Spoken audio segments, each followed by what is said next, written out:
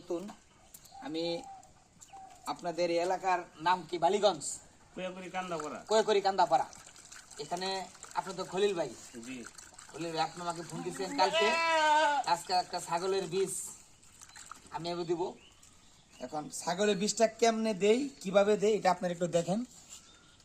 এখানে এটা সিমেন্টে এখানে প্রায় 50 থেকে 60 সেকেন্ড, মানে 1 মিনিটে বলা যায়। এখানে থ্রোয়িং করে নিলাম। এখানে থ্রোয়িং করে নেওয়ার পরে দেখেন আমি এখানে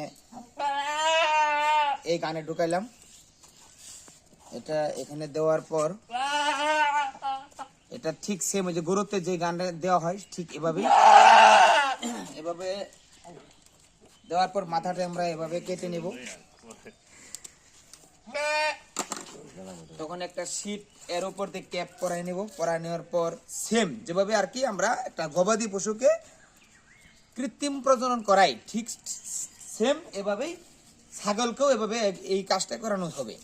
কিন্তু শুধুমাত্র একটা জিনিস ভিন্ন, আমরা ছাগলকে তা হাত দিতে পারবো না। পাবো?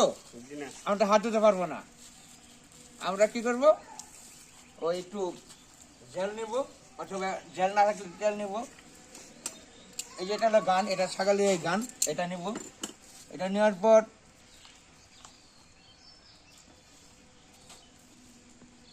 আমরা এই যে ছাগলের জন্য এটা ভিন্ন, সেম গরুর জন্য এরকম। এখন দেখেন কিভাবে আমরা ছাগলকে কৃত্রিম প্রজনন করাই। দেখেন সেম একই জিনিস গবাদি পশু যেভাবে করাই ঠিক এভাবেই। এখন দেখেন ছাগলকে আমরা কেমনে কৃত্রিম প্রজনন। এটা হলো ছাগলের জন্য ঘান। এটা একটা নাম আসে, নাম বলতেছে দেখেন এভাবে চাষা করেন। হ্যাঁ, এভাবে কাটেন। এটা হলো ছাগলের জন্য, ঠিক এভাবে আমরা দেব, দিয়ে ঠিক অ্যাঙ্গেলে এভাবে ঘুরে নেব। এই যে দেখেন এটাকে